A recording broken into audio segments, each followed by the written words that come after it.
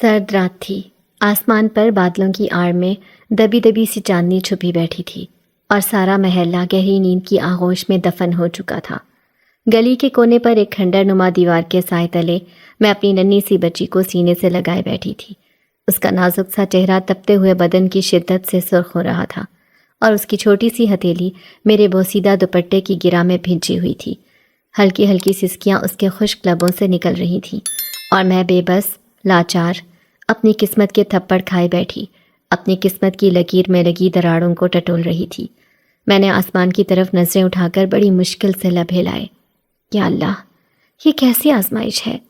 یہ کیسا درد ہے جو زندگی کی رگ رگ میں سرایت کر گیا ہے؟ ایک وقت تھا جب میرے شوہر کے سائے تلے زندگی پھولوں کی سیج تھی۔ کم تھا لیکن سکون بہت تھا۔ میرے میاں رحمت اللہ گاؤں کے واحد موچی تھے۔ جوتے سینا ان کا پیشہ اور میرا فخر تھا۔ ہمارے پاس نہ پکا مکان تھا، نہ سونے کے زیور، نہ رنگ برنگے کپڑے، لیکن اتنی ہمت ضرور تھی کہ کسی کے آگے ہاتھ نہ پھیلایا تھا۔ صبح ہوتے ہی رحمت اللہ اپنی بوسیدہ صندوقچی اٹھا کر دکان پر چلا جاتا اور شام ڈھلے جب لوٹتا تو ہنستے مسکراتے ہمارے لیے 2 وقت کی روٹی اور میرے لیے کبھی کبھار 1-2 سیب لے آتا۔ میری گود میں اللہ نے ایک بیٹی کی رحمت ڈالی تھی۔ میں نے اس کا نام زینب رکھا تھا۔ زینب کی آنکھوں میں دنیا بھر کی معصومیت اور معصوم ہنسی تھی جو میرے تھکے دل کی واحد ٹھنڈک تھی۔ میں نے اسے چھوٹے چھوٹے ہاتھوں سے اپنے ٹوٹے پھوٹے آنگن میں کھیلا کر بڑا کیا تھا۔ کچے صحن کی مٹی میں وہ پھول کی طرح کھلی رہتی تھی۔ لیکن زندگی کب ایک سی رہتی ہے؟ وہ دن بھی آیا جب رحمت اللہ بیمار پڑ گیا۔ پہلے ہلکی کھانسی تھی، پھر بخار، پھر کمزوری اور آخر میں چارپائی سے ہی لگ گیا۔ اس وقت بھی میں نے کسی قدر نہیں کھٹکھٹایا، اپنی چیزیں بیچ بیچ کر دوا دارو کراتی رہی۔ دن رات اس کے تپتے ماتھے پر ہاتھ رکھے بیٹھی رہی اور زینب کو سینے سے لگائے اللہ سے اس کی زندگی کی بھیک مانگتی رہی۔ مگر موت کا کھیل کون روک سکا ہے؟ ایک سرد رات، بالکل ایسی ہی رات تھی جیسی آج ہے، جب رحمت اللہ کا سانس اکھڑ گیا اور میری زندگی کی واحد دیوار گر گئی۔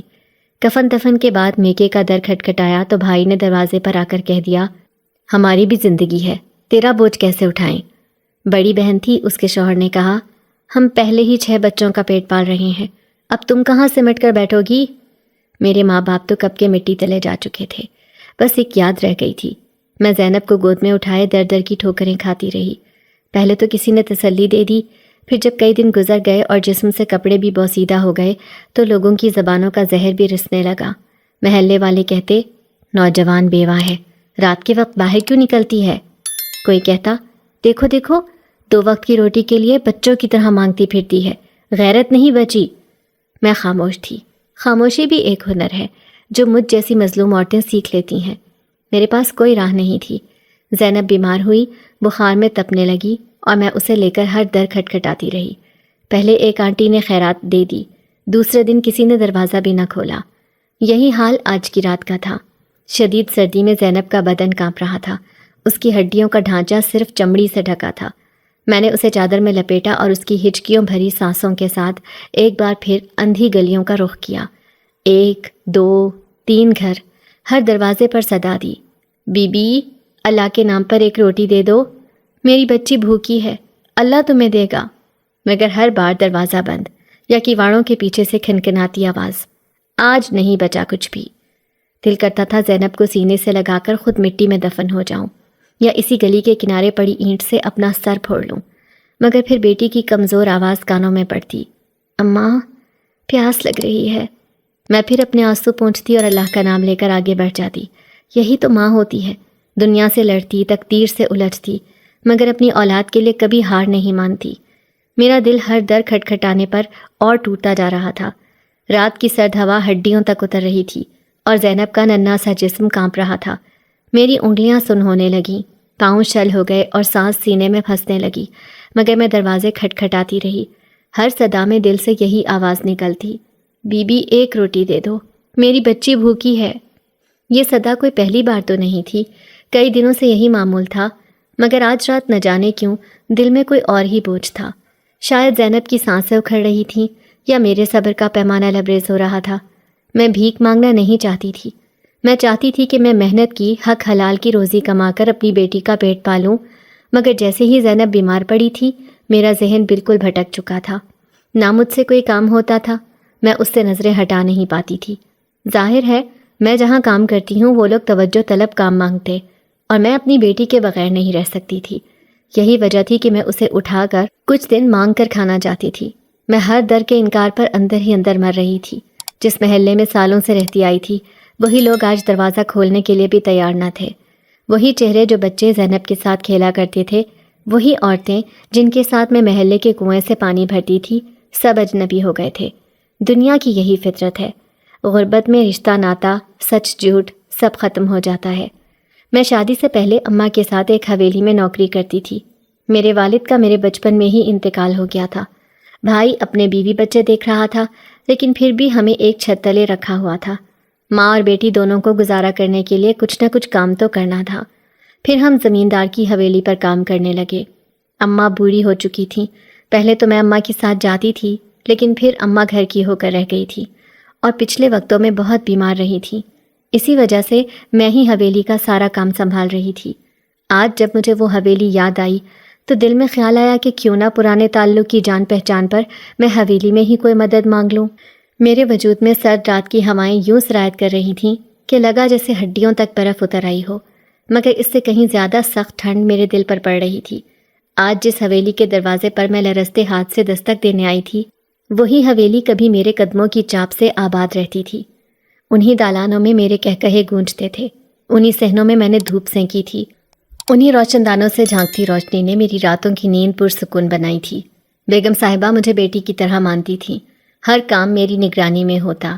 کون سا سامان آنا ہے، کس کمرے کی جھاڑ پونچھ ہوگی، مہمانوں کے کھانے میں کیا بنے گا، یہ سب مجھ سے مشورے کے بغیر طے نہ ہوتا۔ میں حویلی کی جان تھی، یا کم از کم میں یہی سمجھتی رہی تھی۔ مگر پھر قسمت کی ایک کروٹ نے سب کچھ بدل دیا۔ میری شادی ہو گئی۔ شوہر بہت محبت کرنے والا نکلا۔ کہنے لگا، اب تو میری دنیا بس تو ہے، کام کرنے کی ضرورت نہیں، جو ہوگا میں کما کر لاؤں گا، تو آرام کرے گی، میرے بچوں کی ماں بنے گی، میرا گھر سنوارے گی۔ میں بھی دل ہی دل میں شکر ادا کرتی رہی، سوچا کہ بس اللہ نے اب دکھ کی گھڑیاں ختم کر دیں۔ بیگم صاحبہ نے بھی جاتے ہوئے کہا تھا، کبھی ضرورت ہو تو اپنا سمجھ کر آ جانا، یہ دروازہ تیرے لیے ہمیشہ کھلا ہے۔ میں نے نم آنکھوں سے حویلی کی چوکھٹ کو چوم کر رخصت لی تھی، دل میں ایک عجیب سا سکون لے کر، جیسے برسوں کی تھکن اتر گئی ہو۔ مگر زندگی کب سیدھی لکیر پر چلتی ہے۔ شوہر کی محبت کے دن مختصر نکلے۔ چند برس بھی نہ گزرے تھے کہ ایک دن وہ بھی بیماری میں چلا گیا۔ علاج کروانے کے پیسے نہ تھے، بس زخم بڑھتا گیا اور میری دنیا اجڑ گئی۔ شوہر کے بعد میکے والوں نے بھی منہ موڑ لیا۔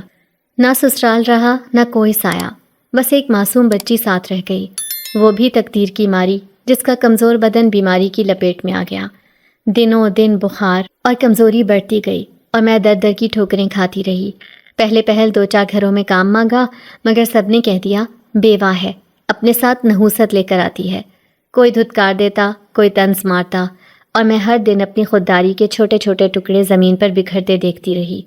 آج پھر جب بھوک سے بے حال بیمار بچی کی کراہیں سنتی، اس کا جلتا بدن سینے سے لگا کر نکلی، تو قدم بے اختیار اسی حویلی کی طرف اٹھ گئے۔ نہ جانے کون سی امید، کون سا سہارا دل میں لیے۔ شاید بیگم صاحبہ کی کہی ہوئی وہ بات یاد آ گئی تھی کہ یہ دروازہ تیرے لیے ہمیشہ کھلا ہے۔ میں نے لرزتے ہاتھ سے دروازہ کھٹکھٹایا۔ دروازے پر وہی نوکرانی آئی جو کبھی میری ماتحت ہوا کرتی تھی۔ میرا سامنا دیکھتے ہی اس کی آنکھوں میں ایک عجب تحقیر کا سایہ ابھرا، جیسے برسوں کی کسی پرانی کہانی کا مٹیالہ ورق پلٹ گیا ہو۔ میں نے کانپتی آواز میں کہا، بیٹی بیمار ہے، بخار سے جل رہی ہے، کچھ کھانے کو دے دو، روٹی کا ایک ٹکڑا ہی صحیح۔ میری آنکھیں چھلکنے کو تھیں، مگر نوکرانی نے نہ دل پسیجا، نہ لہجے میں نرمی آئی۔ تیور بدل کر کہنے لگی، یہاں خیرات نہیں بانٹتے، جاؤ کہیں اور جاؤ، بیگم صاحبہ مصروف ہیں، کسی کی جھولی بھرنے کا وقت نہیں۔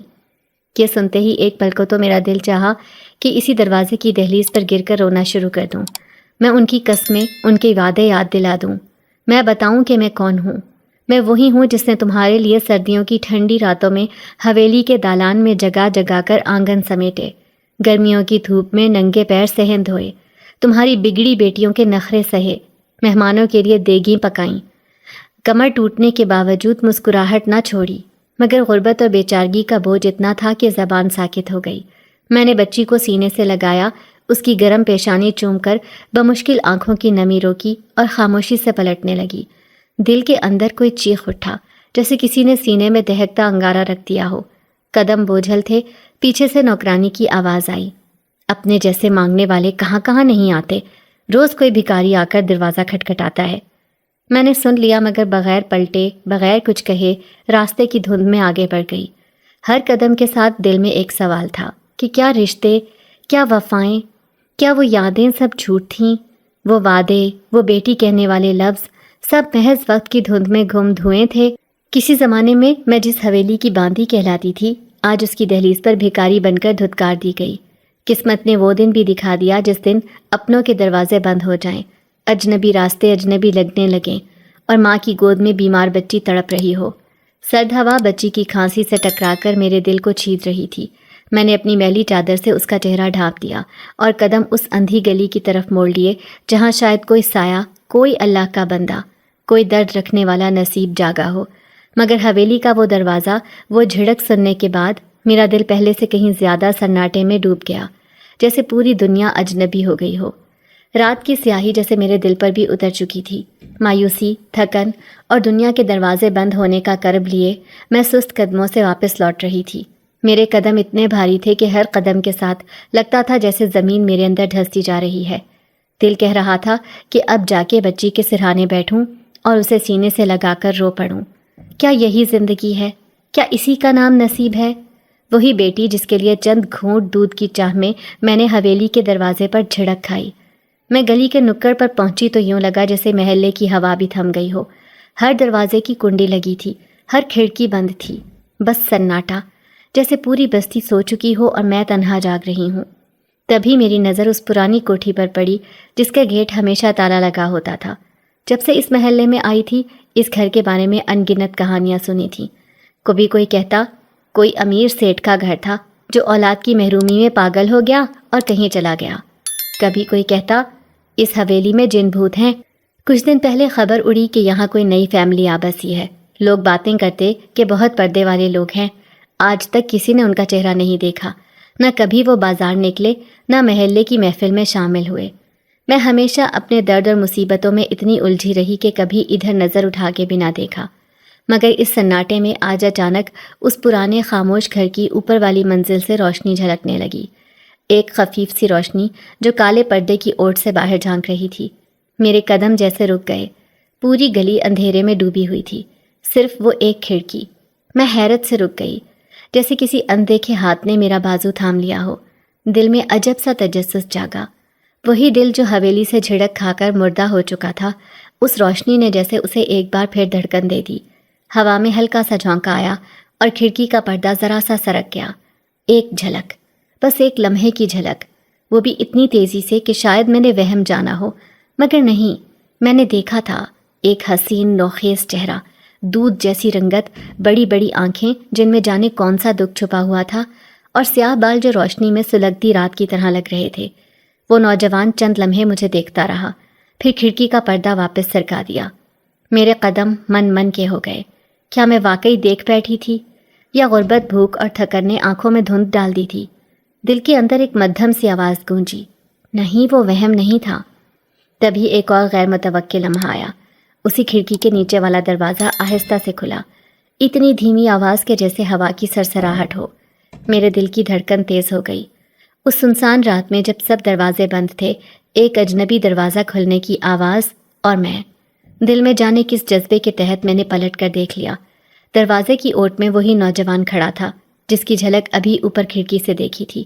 اس نے آہستگی سے نظریں جھکائیں، پھر ایک نرم اور مہربان سی آواز میں کہا، آ جاؤ، اندر آ جاؤ۔ میرے قدم جیسے زمین میں دھس گئے۔ میں نے ادھر ادھر دیکھا، کہیں کوئی دیکھ نہ رہا ہو۔ اس نوجوان کی آنکھوں میں جانے کیسی کشش تھی کہ میں چاہ کر بھی انکار نہ کر سکی۔ اس کی آنکھوں میں میرا دکھ، میرا کرب، میری بھوک اور میری بیٹی کی تڑپ سب پڑ رہی تھی۔ بیٹی بیمار ہے، بہت دن سے بھوکی ہوں، میں نے بمشکل کہا۔ اس نے دروازہ تھوڑا اور کھولا۔ اندر کا ماحول اجنبی اور الگ سا تھا۔ باہر کی سردی کے برعکس اندر سے ایک عجیب سی حرارت، ایک سکون جھلک رہا تھا۔ دروازے کے قریب ہی ایک دیا جل رہا تھا جس کی روشنی میں اس کا چہرہ اور بھی روشن لگ رہا تھا۔ جانتا ہوں۔ اس کی آواز میں جانے کیسا جادو تھا کہ میں بے اختیار دروازے کی دہلیز پار کر گئی۔ اندر قدم رکھتے ہی یوں لگا جیسے میرے پاؤں کی زنجیریں کٹ گئی ہوں۔ میں نے ارد گرد نظر دوڑائی، ہر طرف پردے، دیواروں پر پرانے طرز کی لکڑی کی الماریاں، کہیں کہیں دیے کی ہلکی روشنی۔ ماحول میں عجیب سے سکون اور وحشت کا ملا جلا احساس تھا۔ وہ نوجوان آگے آگے چلتے ہوئے ایک کمرے میں لے گیا۔ وہاں قالین بچھا تھا اور دیوار کے ساتھ پرانی لکڑی کی میز پر کھانے کے برتن رکھے تھے۔ بیٹی کے لیے گرم دودھ رکھا ہے، خود بھی کھا لینا۔ بھوکی ماں کا دکھ دنیا میں بس ایک ہمدرد ہی جانتا ہے۔ میں نے حیرت سے اسے دیکھا۔ میں نے تو کسی کو نہ بتایا تھا، نہ ہی محلے میں کوئی ایسا تھا جسے میری بیٹی کے بخار کا علم ہو۔ یہ نوجوان کون تھا؟ کیسے جانتا تھا؟ میری آنکھوں میں بے ساختہ آنسو آ گئے۔ میں نے بچی کو سینے سے لگا کر دونوں ہاتھ دعا کے لیے اٹھا دیے۔ تم تو فرشتہ ہو، اللہ تمہیں سلامت رکھے۔ اس نے مسکرایا اور اتنی نرمی سے کہا، ماں کی دعا سے بڑی دنیا کی کوئی دولت نہیں۔ میں نے پہلی بار اس دن محسوس کیا کہ اس کے چہرے میں جانے کیسا نور تھا، جیسے وہ عام انسان نہ ہو، کوئی اور ہی مخلوق ہو۔ وہ سادگی، وہ نزاکت، وہ آنکھوں کی نمی۔ دل میں ہزار سوال تھے، لیکن حالات اور تھکن نے زبان بند رکھی۔ میری آنکھوں سے لگاتار آنسو بہہ رہے تھے۔ اس نے میرے ہاتھ سے بچی لے کر قالین پر بٹھایا، دودھ کا پیالہ اس کے ہونٹوں سے لگایا اور یوں لگا جیسے بچی کی کھانسی کچھ ہلکی ہو گئی ہو۔ میں نے اس کا نام پوچھنا چاہا، مگر اس نے صرف اتنا کہا، نام سے کیا ہوتا ہے؟ ضرورت اور درد کا رشتہ ناموں کا محتاج نہیں ہوتا۔ میں نے دل میں شکر ادا کیا اور خاموشی سے اس اجنبی، پراسرار مگر مہربان نوجوان کی موجودگی میں بیٹھ گئی۔ اس رات دنیا کے تمام بند دروازے، جھڑکیاں اور محرومیاں کہیں پیچھے رہ گئیں۔ بس اس اجنبی پردے دار مکان کی روشنی اور ایک مہربان آنکھوں والے شخص کی آغوش تھی، جس نے مجھے اس ویران اندھیرے میں جینے کا ہنر دیا۔ واقعی اس رات میری زندگی کی سب سے عجیب رات تھی، جب پہلی بار میں نے اس گھر کے اندر قدم رکھا، جسے محلے کی ہر عورت ایک پراسرار بھوتیا سا مکان کہتی تھی۔ مگر جب اندر آئی تو میرا تو جیسے دل ہی بیٹھ گیا۔ یہ کوئی عام سا پرانا مکان نہیں تھا، یہ تو ایک بہت ہی خوبصورت حویلی تھی۔ دروازے سے اندر داخل ہوتے ہی ایک وسیع گنبد نما ہال، جس کی چھت اتنی بلند تھی کہ سر اٹھا کر دیکھنے پر گردن تھک جائے۔ سنگ مرمر کے فرش پر ایسی چمک تھی کہ میرے پاؤں کے نشان بھی صاف دکھ رہے تھے۔ کونے کونے میں پرانے طرز کی لکڑی کی میزیں، قدیم دیے اور کندہ کاری والے پردے جھول رہے تھے۔ دیواروں پر پرانی تصاویر، جن میں جانے کس وقت کے لوگ مسکرا رہے تھے، جن کی آنکھوں میں ایک الگ سی کہانی چھپی تھی۔ لیکن عجیب بات یہ تھی، اتنے بڑے محل نما گھر میں سوائے اسے ایک نوجوان کے کوئی بھی انسان نہیں تھا۔ نہ کوئی بوڑھی آیا، نہ کوئی دروازہ کھولنے والا نوکر، نہ باورچی خانے سے کسی برتن کے چلنے کی آواز۔ پورے گھر میں ایک پراسرار سا سکوت، جیسے وقت بھی اس حویلی میں رک سا گیا ہو۔ نوجوان کبھی اندر، کبھی صحن، کبھی برآمدے میں یوں گھومتا جیسے یہی اسی کی دنیا ہو۔ میں ہر کمرے کو حیرت سے دیکھ رہی تھی۔ قطار سے 9 کمرے بنے تھے، سب کے دروازے ہلکے سے کھلے۔ میں نے جھانک کر دیکھا، ہر کمرہ ایک دوسرے سے زیادہ شاندار۔ کہیں نیلا شیشہ جڑا ہوا آئینہ، کہیں پرانی طرز کے قالین، کہیں اونچے پلنگ جن پر ریشمی پردے، مگر کہیں کوئی زی روح نہ تھا۔ اوپر کی منزل پر بھی بالکل ایسے ہی۔ سیڑھیاں چڑھتے ہوئے میں ڈر گئی تھی، مگر تجسس نے پاؤں روکنے نہ دیے۔ اوپر بھی 9 کمرے، سب میں روشنی اور پردے، مگر وہی سناٹا۔ میں نے دل ہی دل میں سوچا، اتنے بڑے گھر میں کوئی خادم، کوئی نوکر، نہ ہی کوئی بزرگ۔ نوجوان نہایت سلیقے سے، خاموشی سے ہر کمرے میں جا رہا تھا۔ کبھی دیے ٹھیک کرتا، کبھی دروازہ بند کرتا، کبھی کھول دیتا، جیسے صدیوں سے یہی اس کا معمول ہو۔ اس نے مجھے کھانا اور دوائی دی۔ وہ کھانا بھی یوں لگا جیسے ابھی ابھی کسی مہربان ہاتھ نے تیار کیا ہو، مگر باورچی خانہ سنسان۔ میں نے کئی بار سوچا کہ پوچھ لوں کہ گھر میں اور کون کون ہے، مگر نہ جانے کیوں زبان نہ کھل سکی۔ جب میں اس پراسرار حویلی سے نکلی اور گھر آ کر اپنے کمرے میں لیٹی تو دماغ میں بس وہی گھر، وہی نوجوان اور اس کے نرم لہجے کی آواز گونجتی رہی۔ میں بار بار اپنی ہتھیلی کو چھو کر دیکھتی کہ واقعی گرم کھانے کی پلیٹ پکڑی تھی۔ وہ دودھ کی خوشبو میرے نتنوں میں اب تک بسی ہوئی تھی۔ کئی بار آنکھیں بند کر کے سوچا کہ شاید میں خواب دیکھ رہی ہوں یا بھوک اور تھکن نے دماغ کا حال خراب کر دیا ہو، لیکن نہیں، میرے جسم پر اب بھی اس گھر کی ٹھنڈک اور اس نوجوان کی انگلیوں کا لمس باقی تھا۔ میں بار بار خود سے کہتی رہی، کیا واقعی کوئی انسان اتنے بڑے سنسان محل میں اکیلا رہ سکتا ہے اور اتنی شفقت سے کسی اجنبی کی مدد کر سکتا ہے؟ پھر دل میں وسوسے آنے لگے، کہیں یہ کوئی جنات کا مسکن تو نہیں، یا وہ نوجوان کوئی انسان بھی تھا کہ نہیں؟ میری آنکھوں کے آگے اس کا نورانی چہرہ اور پرانے محل کی سناٹا بھری راہداری اب تک گھوم رہی تھی۔ میں نے اس رات اپنی بچی کو سینے سے لگا کر ساری رات جاگتے گزاری اور دل میں فیصلہ کر لیا کہ کل جا کر اس نوجوان سے ضرور پوچھوں گی کہ وہ کون ہے اور اس گھر میں اتنا تنہا کیوں۔ مگر دل کے کسی کونے میں ایک انجانی سی گھبراہٹ بھی تھی، کہیں کوئی راز، کوئی کہانی، کوئی اندھیرا نہ ہو جو برسوں سے اس محل کی دیواروں میں چھپا ہوا ہو۔ گھر واپس آئی اور بچی کو بستر پر سلایا۔ دودھ اور روٹی کھانے کے بعد اس میں جیسے توانائی واپس اتر آئی تھی۔ وہ تو گہری نیند سو چکی تھی، مگر میرے ذہن پر وہ نوجوان مسلسل حاوی تھا۔ کون تھا؟ جانے کہاں سے آیا تھا؟ آج تک میں نے پہلے کبھی اسے دیکھا کیوں نہیں تھا؟ پہلے تو لوگ اس گھر کے متعلق باتیں گھڑتے تھے کہ یہ مکان آسیب زدہ ہے، مگر آج اس گھر کے مکین نے میری زندگی کا رخ ہی بدل دیا تھا۔ میرے دل سے اس کے لیے بے شمار دعائیں نکلتی جا رہی تھیں۔ یا اللہ، وہ جو کوئی بھی تھا اسے ہمیشہ خوش رکھنا۔ اس نے مجھے جاتے وقت روک کر کہا تھا، میرا ذکر کسی سے مت کرنا، بس جب مدد کی طلب ہو میرے دروازے پر آنا۔ میں نہ جانے کب نیند کی وادی میں اتر گئی۔ پیاس کی شدت نے وجود کو جکڑا تو میری آنکھوں کے آگے اندھیرا چھا گیا۔ بھوک کے چکر میں تو آج میں نے گھر کا پانی بھی جمع نہ کیا تھا اور پائپ لائن کا وقت صرف شام کے 6 بجے کھلتا تھا۔ تبھی مجھے اس نوجوان کا خیال آیا جس نے کل رات مجھے کھانا دیا تھا، مجھ پر ترس کھایا تھا۔ کچھ دیر میں اپنے قدموں کی دھمک دبا کر اس حویلی کے پاس جا پہنچی۔ درار سے جھانکا تو جو منظر دیکھا وہ روح کو کپ کپا دینے والا تھا۔ یہ تو وہی تھا، ہاں وہی جس نے کل رات مجھے کھانا کھلایا تھا۔ وہ ایک پراسرار روشنی کے دائرے میں کھڑا تھا۔ اس کا آدھا چہرہ سائے میں تھا اور آنکھوں سے ایسی سرخی جھلک رہی تھی جیسے دہکتے انگارے ہوں۔ اس کے ہاتھ آسمان کی طرف اٹھے ہوئے تھے اور وہ کسی عجیب و غریب زبان میں ویٹ کر رہا تھا، زبان ایسی کہ میرے کانوں نے کبھی نہ سنی تھی، نہ سمجھ پائی۔ وہ الفاظ نہیں جیسے سانپ کی پھونکار، جنگل کے درختوں کی سرسراہٹ یا کسی اور دنیا کی گونج ہو۔ اس کے گرد ہلکی ہلکی نیلی اور سفید روشنی کا ہالہ بن رہا تھا۔ ہوا ساکت ہو گئی تھی اور کمرے کے اندر کا منظر کسی اور ہی جہان کی کہانی سناتا تھا۔ میں دم بخود سانس روکے خوف اور حیرت کے بیچ لرزتی رہی۔ بدن کی ساری رگیں سن ہو چکی تھیں۔ دل میں 100 وسوسے اٹھے کہ کہیں یہ کوئی شیطانی عمل نہ ہو۔ کچھ دیر بعد اس نے اپنے ہاتھ نیچے کیے اور جیسے ہی اس کی نگاہ دراڑ کی طرف اٹھی میں ایک جھٹکے سے پیچھے ہٹ گئی۔ قدموں میں لرزش، جسم پسینے میں بھیگا ہوا، دل کی دھڑکنیں یوں دھک دھک کر رہی تھیں جیسے سینہ پھاڑ کر باہر آ جائیں گی۔ میرے کانوں میں ابھی تک اس کے پڑھے ہوئے الفاظ کی باز گشت گونج رہی تھی۔ عجیب سی گھبراہٹ، خوف اور تجسس نے مجھے اپنی گرفت میں لے لیا تھا۔ میں خود کو سنبھالنے کی کوشش کرتی ہوئی تیزی سے اپنے گھر کی طرف لوٹ گئی۔ دل بار بار کہتا تھا کہ میں جو کچھ دیکھ آئی ہوں وہ کوئی عام انسان نہیں کر سکتا، یہ کوئی جنات کی حرکت ہے، یا پھر وہ خود کوئی جن ہو۔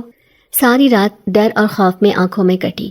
بار بار کھڑکی سے اس ویران محل کی طرف نظر جاتی جہاں اب مکمل اندھیرا چھا گیا تھا۔ دل میں عجیب وسوسے اٹھ رہے تھے کہ اگر وہ واقعی کوئی جن ہے تو اس کا مقصد کیا ہے، کیوں اس بستی میں آیا ہے اور کیوں سب کے بیچ چھپ کر رہتا ہے۔ میں نے سوچا کہ صبح محلے کی کسی بڑی بوڑھی سے مشورہ کروں گی، مگر پھر خیال آیا کہ اگر کسی کو بتاؤں گی تو کہانی آگ کی طرح پھیل جائے گی اور محلے والے مجھے ہی الزام دے ڈالیں گے کہ میں کیوں رات گئے اس کی نگرانی کرتی رہی ہوں۔ آخر عورت ذات اور وہ بھی بیوہ پر تو ویسے ہی 1000 تہمتیں لگتی ہیں۔ رات جانے کتنے پہر کٹی، نہ نیند آئی نہ سکون۔ ننھی بچی کی تیز سانسیں، اس کی ہلکی سسکیاں دل چیر رہی تھیں اور ادھر دماغ میں وہ منظر کسی فلم کی طرح گردش کر رہا تھا۔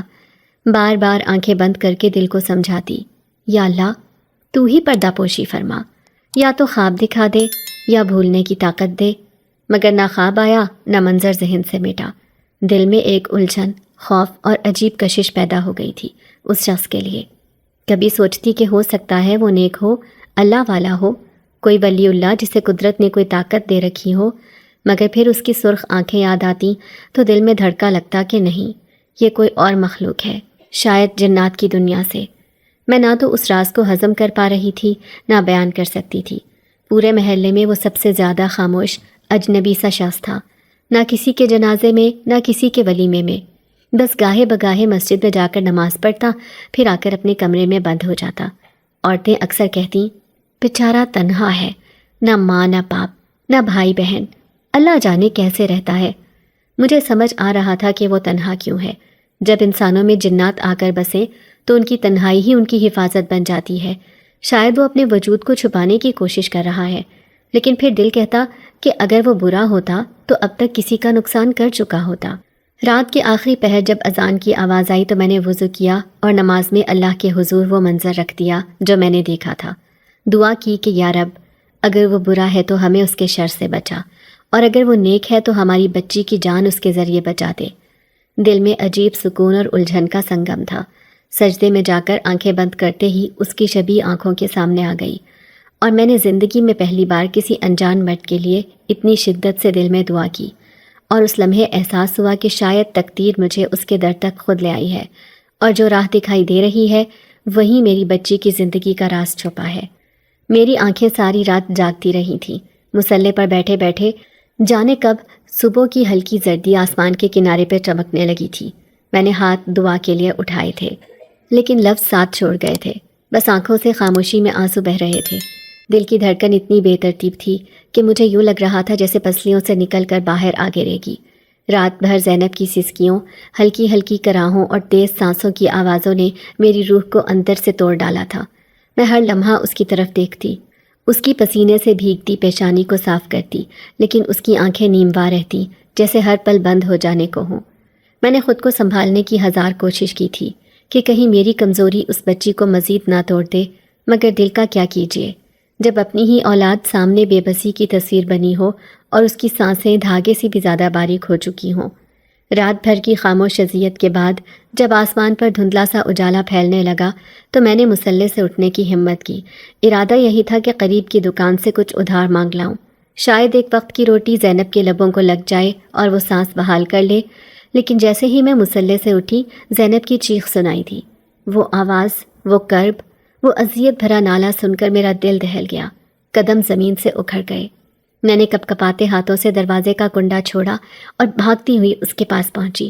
زینب کا چہرہ زرد ہو چکا تھا، آنکھیں الٹی ہوئی تھیں اور سانس یوں اکھڑ رہی تھی جیسے سینے میں ہوا کے بجائے خالی پن بھر گیا ہو۔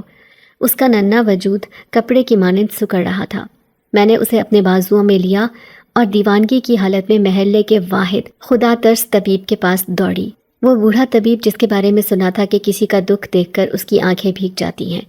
میں نے اس کے دروازے پر دیوانوں کی طرح دستک دی، چیخی، روتی رہی، حضور خدا کا واسطہ، میری بچی مر رہی ہے، ایک بار آ کر اسے دیکھ لیجئے۔ وہ اندھیرے میں نیم جاگتی آنکھوں کے ساتھ نکلا۔ اس کے چہرے پر نیند کی لکیریں تھیں، مگر میری حالت دیکھ کر، میری پکار سن کر وہ بنا کچھ کہے میرے پیچھے چل پڑا۔ میں نے جلدی جلدی قدم اٹھائے مگر دل ڈوبا جا رہا تھا۔ ہر قدم پر یوں لگتا جیسے زمین مجھے نگل لے گی۔ جب ہم کمرے میں داخل ہوئے تو زینب کا وجود اب بھی تیز سانسوں کے ساتھ تڑپ رہا تھا۔ میں نے جلدی سے طبیب کی طرف دیکھا۔ وہ آہستگی سے اس کے قریب آیا، اس کی نبض پر ہاتھ رکھا، اس کی پیشانی چھوئی، پلکیں جھکائیں اور پھر یوں گہرا سانس لیا جیسے کوئی آخری امید بھی ختم ہو چکی ہو۔ میرا دل دہل گیا۔ میں نے ہمت کر کے کہا، کیا ہوا بابا؟ دوا دے دیجئے، دوا، میری بچی کو بچا لیجئے۔ مگر اس نے آنکھیں بند کرتے ہوئے سر ہلا دیا اور اتنی دھیمی آواز میں بولا کہ میرے اندر کا سارا حوصلہ چکنا چور ہو گیا، سائمہ بی بی، دوا کا وقت گزر چکا ہے، اب دعا ہی اسے بچا سکتی ہے۔ یہ جملہ سن کر مجھے یوں لگا جیسے کسی نے میرے کانوں میں انگارے ڈال دیے ہوں۔ میں گھنٹوں سے جو اپنے دل کو سنبھالے ہوئی تھی وہ دیوار ایک دم گر گئی۔ میں زینب کے پاس زمین پر بیٹھ گئی، اس کا ننھا سا ہاتھ اپنے ہونٹوں سے لگا لیا اور بے اختیار رونے لگی۔ یا اللہ، یہ امتحان مجھ سے نہ لے، یہ تو میرا واحد سہارا ہے، یہ تو میرا جیتا جاگتا خواب ہے، مجھ پر رحم کر، یا اللہ، یا اللہ بچا لے میری بچی کو۔ آنسو رخساروں سے بہہ کر زینب کی سوکھی پیشانی پر گر رہے تھے۔ میں جانتی تھی کہ زینب نے ساری زندگی غربت اور تنگ دستی میں گزاری تھی۔ بچپن سے یتیمی کا داغ اس کی پیشانی پر تھا۔ میرے خواب تھے کہ میری بچی بڑی ہوگی، اسکول کا یونیفارم پہنا کر اسے اسکول بھیجوں گی، پیٹ بھر کھانا کھلائیں گے، محنت مزدوری کروں گی۔ وہ صبر کی تصویر بنی رہتی تھی، اس کی نرم ہنسی، اس کی معصوم باتیں اور ماں ماں کہہ کر گلے لگنا، یہ سب مجھے ہر دکھ بھلا دیتا تھا۔ میں نے سوچا بھی نہ تھا کہ وقت اتنی بے دردی سے وار کرے گا۔ کل شام جب وہ بخار میں تپ رہی تھی، میں نے اسے گود میں لے کر مصلے پر بٹھایا تھا اور وہ نیم جاگتی حالت میں بس یہی کہہ رہی تھی، اماں میرا سر دکھ رہا ہے، اماں مجھے اپنے پاس سلا لو۔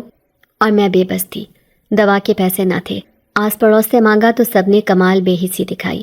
اب وہی زینب میری آنکھوں کے سامنے موت اور زندگی کی جنگ لڑ رہی تھی۔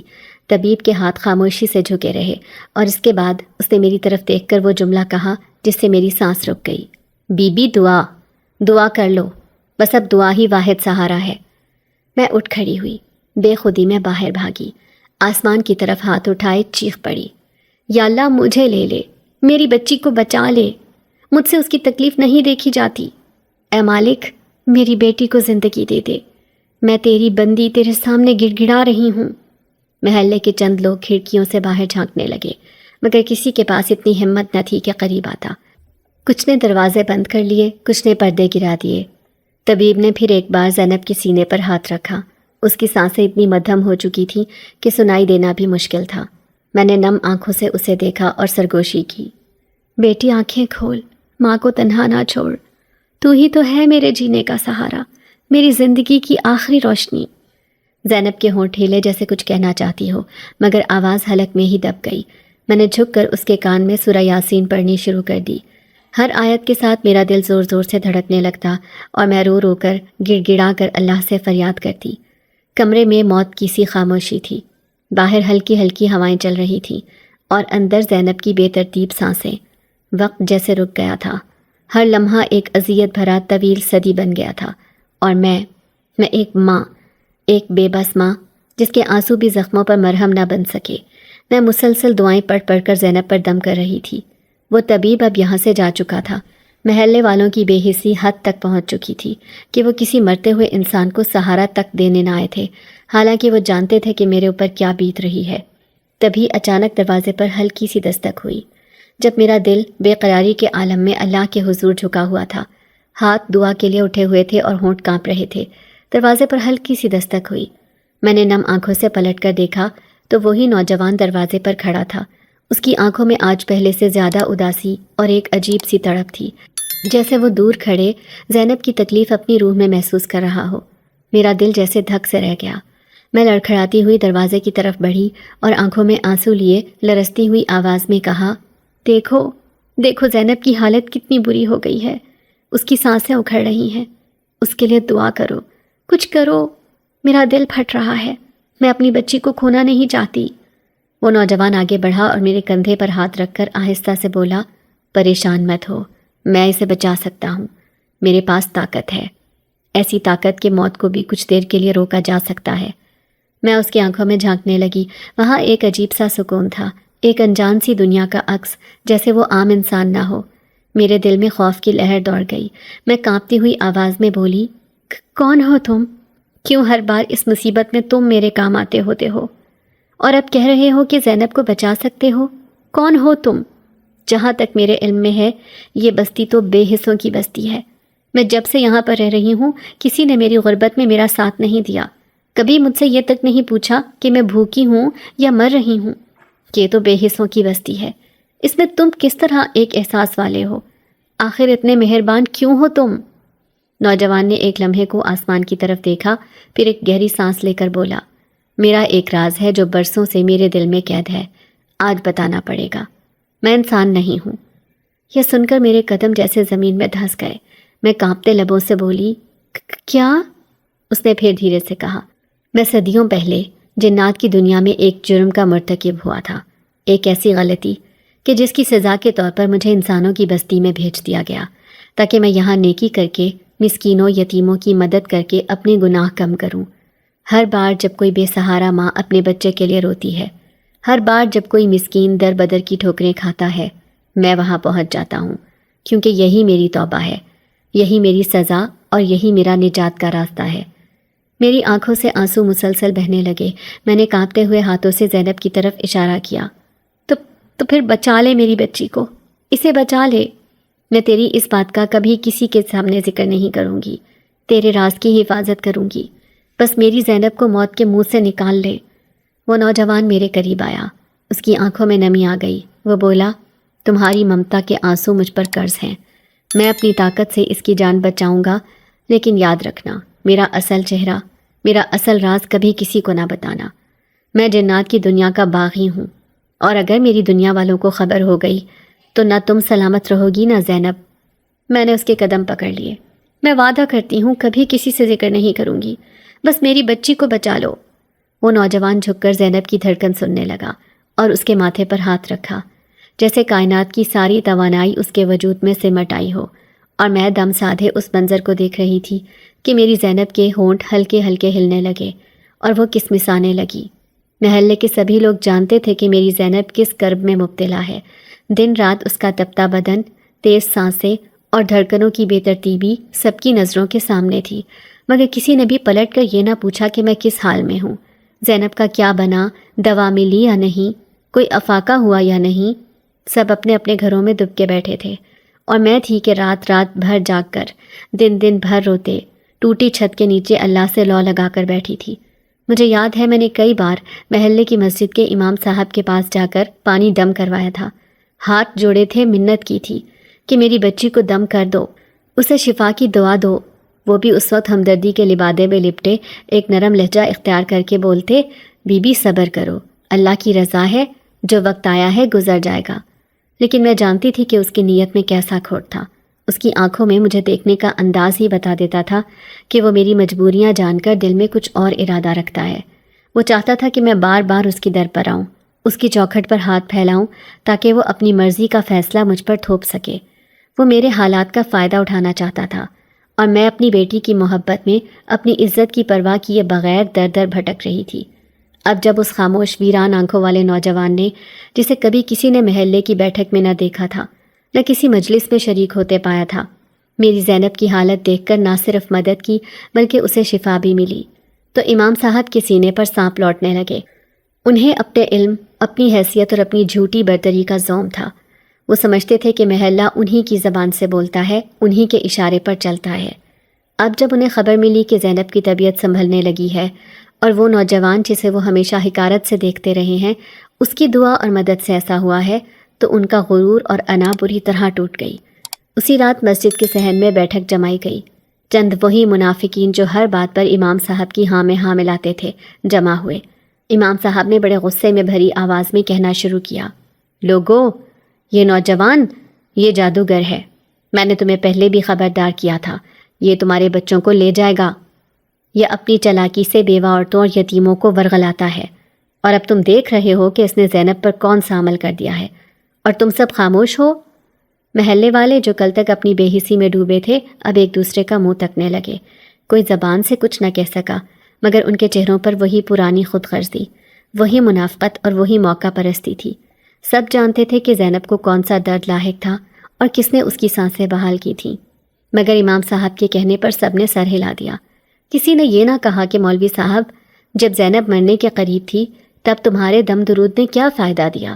جب یہ نوجوان بے غرض ہو کر بنا کوئی شرط رکھے اللہ کے نام پر مدد کے لیے آیا، تو اب تمہیں کیوں تکلیف ہو رہی ہے؟ مگر منافقین کا تو کام ہی یہی ہوتا ہے، وہ کبھی سچ کی حمایت نہیں کرتے، صرف طاقتور کی ہاں میں ہاں ملاتے ہیں۔ اب محلے بھر میں میرے خلاف باتیں شروع ہو گئیں۔ کوئی کہتا، بیوہ تو پہلے ہی مسکین ہے، اب تو نہ جانے کس جادوگر کے پیچھے لگ گئی ہے۔ کوئی بولتا، اللہ جانے زینب پر کیسا عمل ہوا ہے، وہ تو دنوں میں مرنے کے قریب تھی اور اب ہنستی کھیلتی پھر رہی ہے، یہ معمولی بات تو نہیں۔ اور سب سے زیادہ زہر امام صاحب ہی کھول رہے تھے۔ کبھی مسجد کے بعد بچوں کو نصیحت کے نام پر ڈراتے، بچوں اس نوجوان کے قریب نہ جانا، وہ جادوگر ہے، وہ تمہیں ورغلا لے گا۔ کبھی بڑوں کو سمجھاتے، دیکھو اگر محلے میں اس طرح کے لوگ رہنے لگے تو اللہ کا عذاب نازل ہوگا، ہم سب تباہ ہو جائیں گے۔ میرا دل اندر ہی اندر کٹتا تھا۔ میں جانتی تھی کہ میرا قصور صرف اتنا ہے کہ میں نے اپنی بیٹی کی جان بچانے کی دعا کسی اور کے در پر مانگی تھی، اس در پر جو اللہ کے بندے کا در تھا، جس نے نیت کی پاکیزگی اور دل کی صفائی سے میرا ساتھ دیا تھا۔ مگر امام صاحب کا زخم اپنی انا کا تھا۔ وہ برداشت نہیں کر پا رہے تھے کہ کوئی اور شخص جو ان کے علم اور درود کے آگے سر نہ جھکائے، محلے میں نیکی کرے اور لوگوں کی مدد کرے۔ ایک دن امام صاحب نے یہاں تک کہہ دیا، میں کہتا ہوں اگر تم لوگ اس بیوہ اور اس نوجوان کا ساتھ دو گے تو مسجد کی اذان بھی بند کروا دوں گا اور تم سب کو اپنی دعاؤں سے محروم کر دوں گا۔ یہ سن کر کچھ لوگ تو ڈر گئے، مگر اب بھی کچھ خاموش تھے، جو سب کچھ جانتے تھے مگر اپنی زبان نہ کھول سکے، کیونکہ انہیں اپنی روزی، اپنی سلامتی اور اپنی جھوٹی عزت عزیز تھی۔ میرے دل میں عجیب سی اداسی اور بے بسی چھا گئی۔ میں چاہتی تھی کہ ان سب کے سامنے کھڑے ہو کر چیخ چیخ کر بتاؤں کہ یہ نوجوان کون ہے، اس کی کیا مجبوری ہے، اور اس کی مدد سے کیسے اللہ نے میری بچی کو موت کے منہ سے نکالا۔ مگر میں وعدہ کر چکی تھی کہ اس کا راز کسی پر ظاہر نہیں کروں گی، اور میں اپنی زبان پر تالا ڈالے اپنی بیٹی کی ہنستی مسکراتی صورت دیکھ کر دل ہی دل میں رب کا شکر ادا کرتی رہی۔ امام کی نظر پہلے دن سے مجھ پر بری تھی۔ وہ میری مجبوری کا فائدہ اٹھانا چاہتا تھا، اور جب میں نے اس کی جھوٹے دم درود کے در پر بار بار جانے سے انکار کیا اور عمار نے بنا کسی غرض کے میری اور زینب کی مدد کی تھی تو وہ یہ برداشت نہ کر سکا۔ اس نے محلے والوں کو جمع کیا اور بھڑکاتے ہوئے کہا، یہ بیوہ بھی جوان ہے اور یہ نوجوان بھی، دونوں کا ناجائز تعلق ہے، انہیں سنسار کر دینا چاہیے، اور یہ نوجوان بھی شاید اسی بیوہ کے پیچھے پیچھے یہاں آ کر رہنے لگا ہے تاکہ وہ اس سے ناجائز تعلقات بنا سکے۔ ارے اگر اتنا ہی سچا ہے تو اس سے شادی کیوں نہیں کر رہا؟ کیوں اس غریب بیوہ کے گھر آتا جاتا رہتا ہے؟ لوگ بھی اس کی ہاں میں ہاں ملانے لگے، حالانکہ وہ جانتے تھے کہ عمار کبھی کسی کے گھر تک نہ جاتا، نہ باہر نکلتا، نہ کسی سے بات کرتا۔ وہ صرف میری اور زینب کی وجہ سے اس مصیبت میں پھنس گیا تھا۔ اس بیچارے نے تو میری اور میری بچی کی حفاظت کی تھی، اپنی دعا کی طاقت سے ہماری جان بچائی تھی، اور برے وقتوں میں ہمیں کھانے پینے کی چیزیں مہیا کی تھیں، صرف خدا ترسی کے نام پر۔ لیکن اب اس مولوی کی گھٹیا سوچ اور بدنیتی کھل کر سامنے آ گئی تھی۔ اسی شام عمار میرے گھر آیا، اس کی آنکھوں میں نمی تھی۔ وہ بولا، اگر ہم دونوں کو یہاں رہنا ہے اور میں ہمیشہ تمہاری اور زینب کی حفاظت کرتا رہوں تو تمہیں مجھ سے نکاح کی حامی بھرنی ہوگی۔ میں نے بغیر دیر کیے حامی بھر لی، کیونکہ جہاں انسانوں نے ساتھ چھوڑا وہاں ایک جن نے مجھے سہارا دیا۔